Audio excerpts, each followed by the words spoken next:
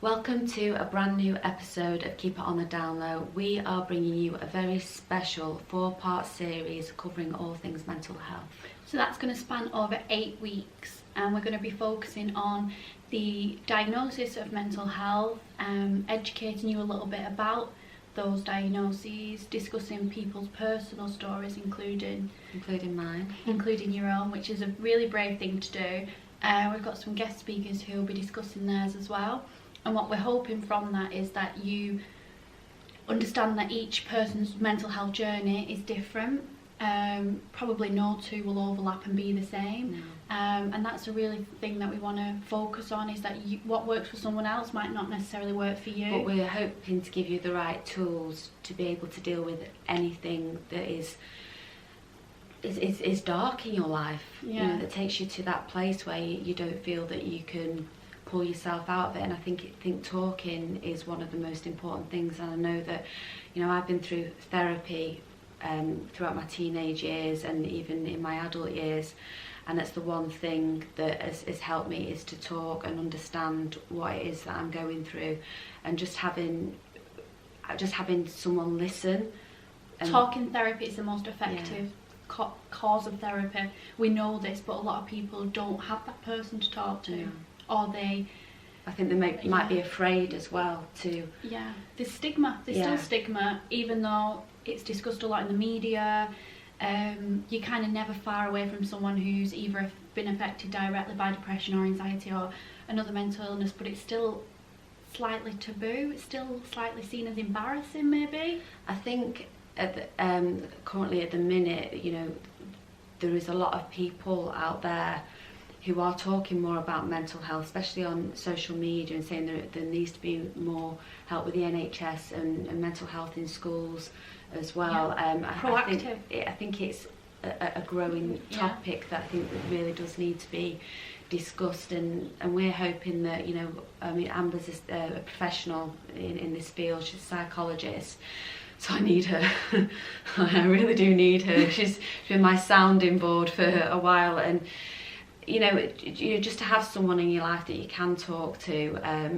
So I just feel like it's really important that we do this series, and with Amber's help, you know, I feel like she's going to help me today. I'm a little bit nervous about talking about my personal struggles, but I feel like right now I'm okay, which is great to be okay.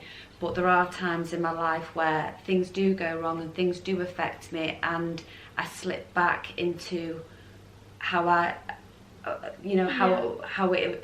these struggles affected me previously, and it's very easy to lose sight of where you are in your present moment, and slip back into something.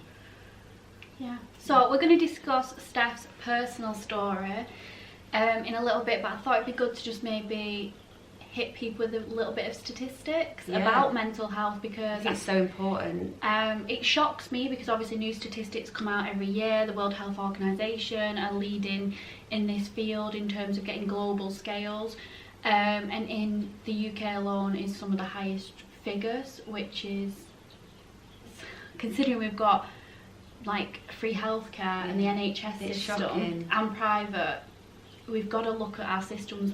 Where are they failing? Because the waiting lists are so long as well, and I think that because they are so long, people aren't getting the help that they need, like right now.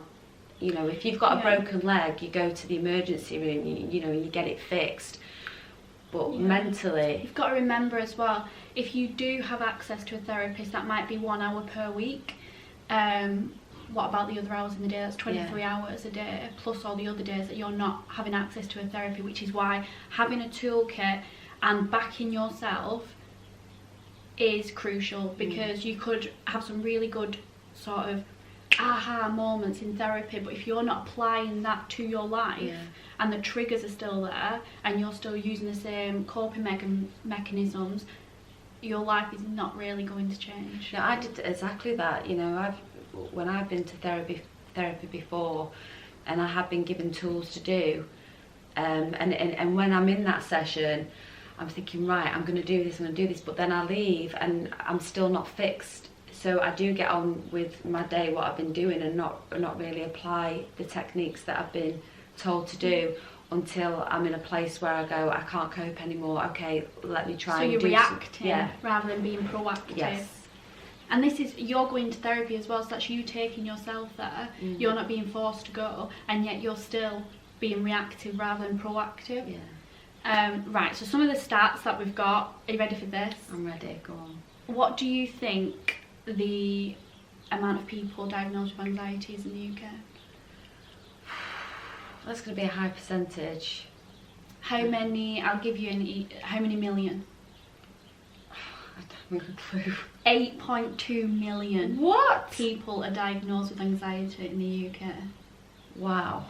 That is huge. I mean, I'm not surprised. No. I'm not surprised. And unfortunately for us, women are twice as likely to get diagnosed than men. I think women do take a lot on their shoulders. Yeah. You know, I think, you know, with the pressures from social media, you know, work, you know, whether you're a mother and you feel like you have to take everything on yourself, and I think it is a huge deep-rooted anxiety. They call it the dual shift now, so women are wanting careers and they're chasing these careers, but they're still having a family. Yeah. So they're doing all the jobs of a mother role on top of their career, and it's like a dual shift, and it's just very overwhelming. Yeah, well, I've experienced that, but then it's coupled with, you know, things like body image as well, you know, and what's being portrayed in the media as, you know, this is how you should look.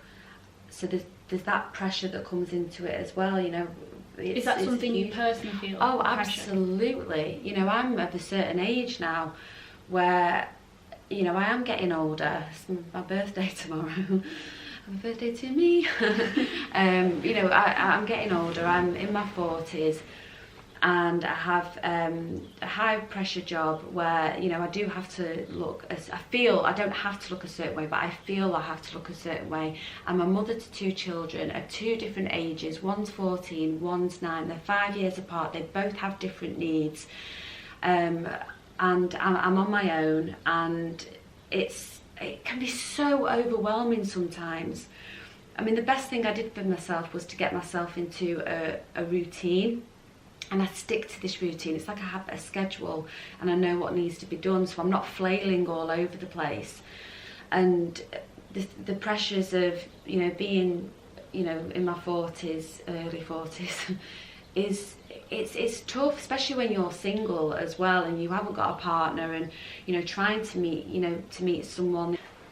You know, I feel like I'm at that time in my life where I want to settle down, but like I said, being my age, you know, you have like, you know, men nowadays want a younger woman, and, you know, do you believe that? Yeah, I do. I think even men my own age want someone younger.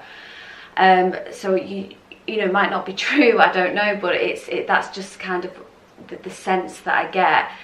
So yes, I know I do, you know, we've talked about before, I do look young for my age, but I feel that pressure so much to look good, to keep my body in shape, to have my nails done, which I never do, you know, eyebrows, everything, you know, and there's this fake this, fake that, fake tan, you know, people are having surgeries done to change the face.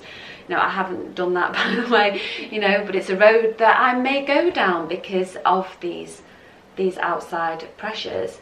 And you see it a lot on social media. Then are you doing it for outside pressures rather than yourself? No, I do look after myself, but I do that for myself. But I'm saying that I do see a lot on the, say, the Instagram and everything, how people look. And I do, you know, there is that part of me that goes, oh, you know, I want to look like that.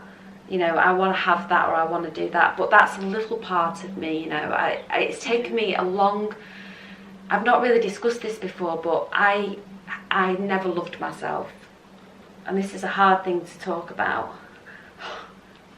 But I never did. Oh. You know, it's... Sorry. No, it's fine. Yeah. You know, I didn't ever feel like I was liked. I didn't love my body.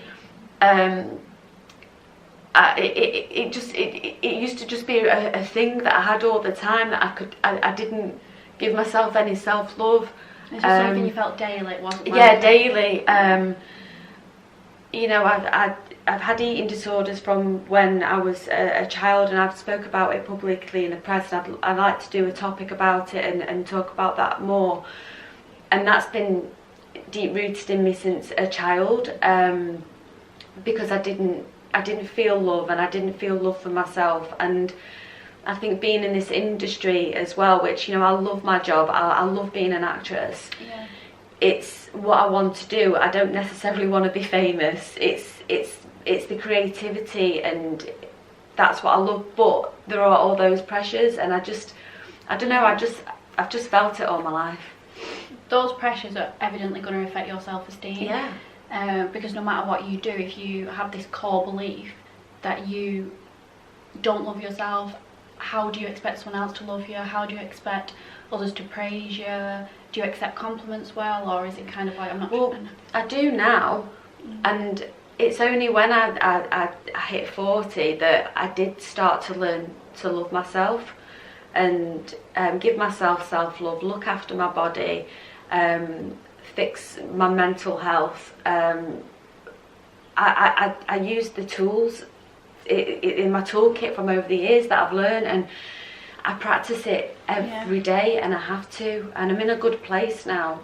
But when I think back, and I do want to talk about these things, it hurts.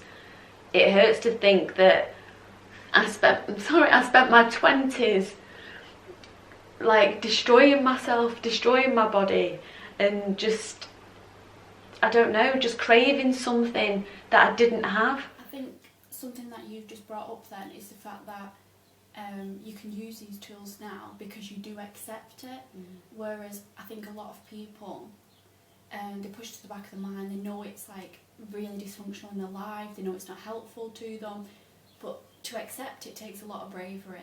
To actually acknowledge and say, I have depression, I have an eating disorder, I have low self-esteem, are really hard to get out if you truly feel like that. And that's kind of in therapy, you get those crucial breaking point moments with someone where they say it out loud, and I think when you say it out loud it becomes truthful, and it's like, oh, I'm owning it now. And I think you really own a lot of it, and you don't sort of make excuses for it. I've never ever blamed something, like anything that I'm going through. I've never blamed it on, well, I went through this and I've gone through this, and you know, I did this to myself because of this problem. I make those choices. The way that I feel is the way that I feel, and I have to own it. And it was your response to the environment at the time, the situation you were in. It is the environment, and even sometimes, like, you know, I was saying to you a couple of days ago, was it yesterday, that I said I feel down, and I don't know why. Obviously, you know, recent events that happened over the weekend, but I was in the gym and I was working out, and I was just like, I don't feel good, but I try to push it down and think, okay, take myself out of the situation, just do things to make myself feel good. But then you gave me the advice of owning it, living in it, and then I dealt with it. Dealt with the feelings that I was having, put myself in the present moment, and I was like, what are you doing right now, Steph? Well, you're just sitting having your lunch, and it really tastes nice, and this is where I need to be, in the present moment. Nothing's affecting you when you go, put yourself in the present moment. What are you doing? Are you okay? Yes, I'm okay.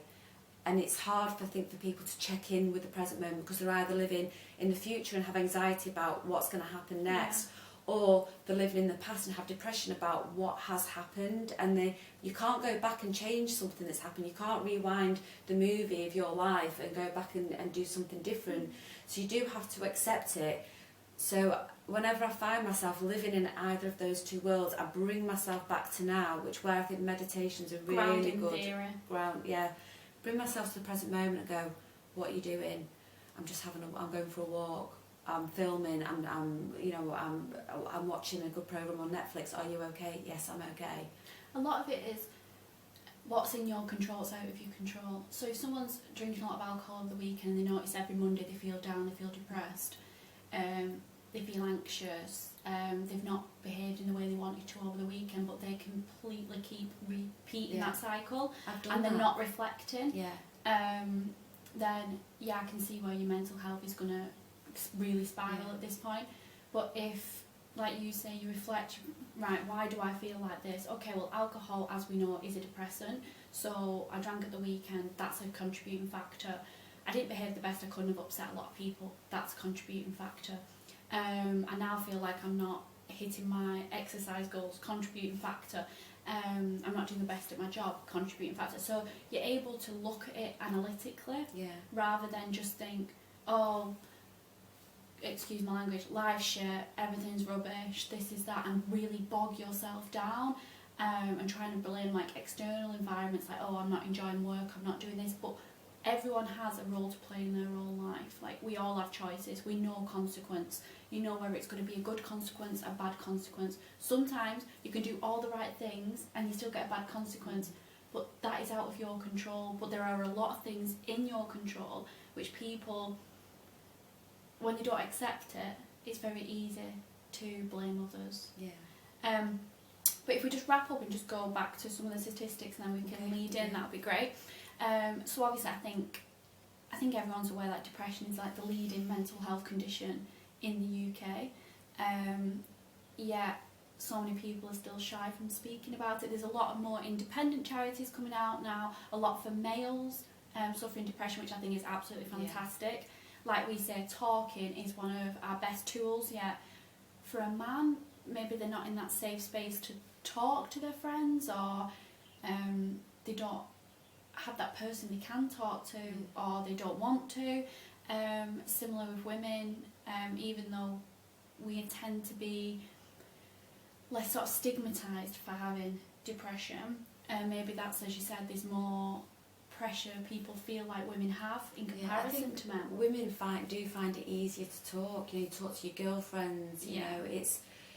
I do find it. Women are known for being talkers. A lot. I wear my heart on my sleeve. And female changing rooms is one of the best therapy rooms you can have. Or the makeup chair in work, or when you're on a night out and you meet someone in the bathroom with a talk, and you just, you're just chatting, aren't you? It's. But for men, there is this kind of sort of locker room sort of talk. You've got to be a certain way. You can't talk about your feelings. I was literally watching it on Love Island. When all the guys are sort of talking and they're digging someone out for being emotional about something, and you're like, men can be sensitive, men can be emotional. I've known a few men in my time that are emotional and are sensitive, and they do get all the feelings out, but there are the men that just, they have this, I can't cry and I can't talk about my feelings. And I think it's so important. Everybody's human, and everybody should be able to talk about their feelings and how they're feeling, and do it in a safe space and not be judged. Completely agree. So some of the factors affecting mental health, I'll quickly go through the list and then we'll discuss. So we've talked about self-esteem. I think it's huge. The value we place in ourselves, and how we feel about ourselves actually affects then how we judge other people. Because we think, well, why do I feel down about how I feel, yet that person over there looks really confident? Why do they not feel how I feel? And that's sort of how you then interact with your environment. So you kind of become a bit passive aggressive towards it and things. So we've got self-esteem, the need to feel loved. I think is such an important thing. Huge one. I think everyone wants to be loved. I think people who say, oh no, I've got me, that's me by the way, that's the person I am. I've got me, but I do want to be loved. It's, Yeah, I think we kind of brush off the fact that actually feeling loved, it is a nice feeling, isn't it? It's a great confidence, to take on challenges, to take on risks, confidence in yourself, your own ability. I think in the UK, especially in comparison to say like America, being confident is seen as a hindrance. It's like, you're cocky, why are you so sure of yourself? Egotistical.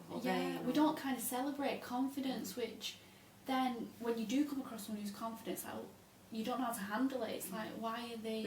you go girl and stuff like that, but then you get a lot of people secretly thinking, well, I want to be like that, so they put that person down because they haven't got it themselves. Family breakups or losses, I think, is a massive thing. Separation, divorce in childhood can have a detrimental effect in adulthood. Yeah, absolutely. it's one of like the leading causes for adverse childhood experiences. Really does affect adulthood and your mental health, which is why parents should really take into consideration discussing the news that you might be going through a breakup, or looking at the dynamic between the family and the relationship. Is one partner more dominant than the other? Do they make allowances for, say, the dad might be speaking down to the mum? Well, the children are going to learn that this is acceptable, so that could affect their future behaviour, isn't it? Relationships. Loss within a family, particularly a parent or a sibling. I personally have experienced that, and I can say that is a massive factor that would affect how you feel towards the world, that you think the world should stop because everything in your life has stopped and the world doesn't stop, and you have to go back to work and people are in the canteen and they're making a coffee and they're laughing, and in your head you're thinking, how are you laughing? But it's because my pain not their pain, and their life's still going on. But it was hard to accept. Like, my friends were going out. How are you going out? Having a good time? Like, do you understand my life? So grieving is I think it's a really big topic, and it's not just grieving for a person. It's like grieving for the life you used to have. You could be grieving after you lose a job. Grieving after a breakup, it's a massive thing, particularly if one didn't want to break up and it's kind of put upon you and your like plan A's gone. And it's how like do you grieve that life? You've seen that person that you had in your life for a certain amount of time. You know, there's not going to be daily communication, text, phone calls. It's just cut off. Your future plans are gone, like with that person. Difficult behaviour is a big one. So if you're if you're unhappy in yourself and you internalise that, that is going to affect how you interact with the world. Yeah. So this is why we say, like, hurt people hurt people. So if you're feeling that hurt, you're not really going to be too bothered about the byproduct of people who you're hurting around you, and not necessarily, you might not even be aware of it. So say, for an example, a dad who's supporting the family loses his job and then starts drinking. He's unhappy, so he's like, well, I'm drinking because I'm unhappy and it helps me cope. Doesn't look at the wider aspect of that. Yeah, how it affects the people around. Yeah. So we've got that physical ill health, disease, unfortunately cancer,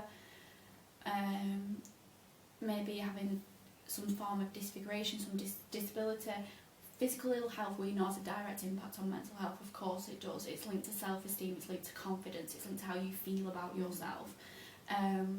You know, people have this idea of what normal is, so anything abnormal is just like, we just, it's like our perceptions don't accept it. Abuse, sexual abuse, physical abuse, words. Emotional abuse is quite a big thing. I think words are a huge one, a huge one. Especially if it taps into your insecurity. Whenever I get, like, say, a negative comment on social media, I can have hundreds of comments that are amazing, and then this one person will say one thing, and that will bother me. That one comment will just bother me, and I'll be thinking, well, why does that person think that? Well, they must see something. You know, and you offer the things that are negative about yourself, that you might be thinking that about yourself, and go, well, they've seen that, who else sees that? And it's hard. It's a trigger, isn't it? It's a trigger, yeah.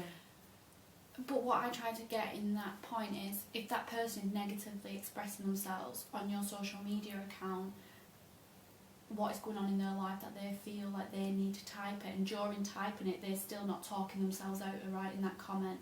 And I think there's a lot of research in now that people desensitise themselves on social media. So even though we've all got our profile pictures, even though you can be recognised on social media, even though it is you writing those words, because there's no direct eye contact and there's no one directly in front of you, you just desensitise yourself. It's like a sort of, I'm getting this emotion out there and I don't care about the consequence, because you can turn your phone off, you can do whatever, you can leave it. Whereas saying something like that to someone's face is going to be a direct consequence. You're going to see what their face looks like, their reaction. So there's a lot of research going into that at the moment. How they'll apply that on social media when it's not sort of managed policed wise.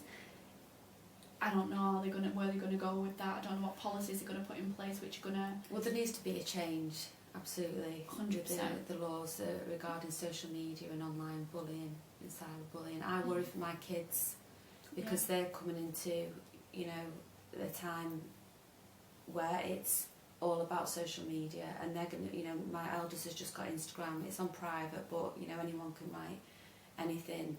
And it's soul destroying to them. Like, she had a Musical.ly account a while ago, and my daughter, Mia, she's not a very emotional girl, and she doesn't often cry, or, you know, if I shout at her, she's like, whatever. But someone had made negative comments to her on her Musical.ly account, and I just heard this scream, and the crying that came out of her, it was heartbreaking, and they were just calling her ugly and stuff like that. It was horrendous what they were writing. And I was just holding her, and I was just thinking, please don't let this, you know, this affect you. You know, these people don't know you, and, you know, we love you. But it's not just that. It's my youngest. When, you know, when she grows, you know, she gets older, and she's going to have the social media, and I worry that if these laws aren't sort of in place by then, the effects that it will have on the children's mental health. So if we leave that discussion now, because I think we've talked quite a bit, it's been a bit more of like a talking therapy session, and next time we're going to discuss anxiety and depression. I think we need to sort of outline the differences, but also how they're the same, because a lot of people get misdiagnosed, and I think they're the two most prevalent mental health conditions at the moment. We've also got a bit of a task for you to do next time, which we're hoping you'll implement. She's got that for me. Yes, Steph's going to be doing it. But everyone can use these tools that we're going to give. So we're going to continue this conversation in the next episode, and we really, really do hope that you'll join in, and hopefully you'll find something useful from it. So until then, bye.